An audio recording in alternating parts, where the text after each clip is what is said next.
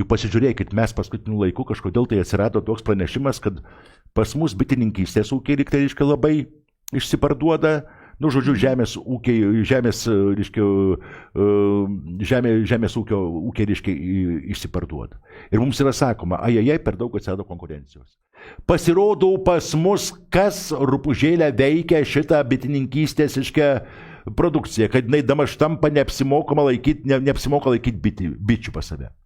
Pasirodo kur kas pigesnis medus. Ir kaip jūs manote, iš kur jis atkeliauja? Iš Kinijos. Iš Kinijos. Tu vardan Dievo tėvo, visus kelius užsidarėm ir iš Kinijos medus pareina. Ne, aš lietuvišką perku. Nu bet pareina. Remiu Lietuvos bitininkus. Ir iš kur dar? Iš Ukrainos. Kinijos ir Ukrainos. Daug pigesnis medus, mūsų medus konkurencijos neatlaiko. Ir neatlaikys. Ir ne tik medus. Nes jau esu sakęs, kad vidutinis ir smulkusis verslas, kur jau būtent ateitis ir lems Lietuvos gyvybingumą, tik reikia gebėti jį sutvarkyti taip, kaip reikia. Reikia atleisti vidutinį ir smulkųjį ūkį nuo mokesčių. Tai reikia labai rimtos programos.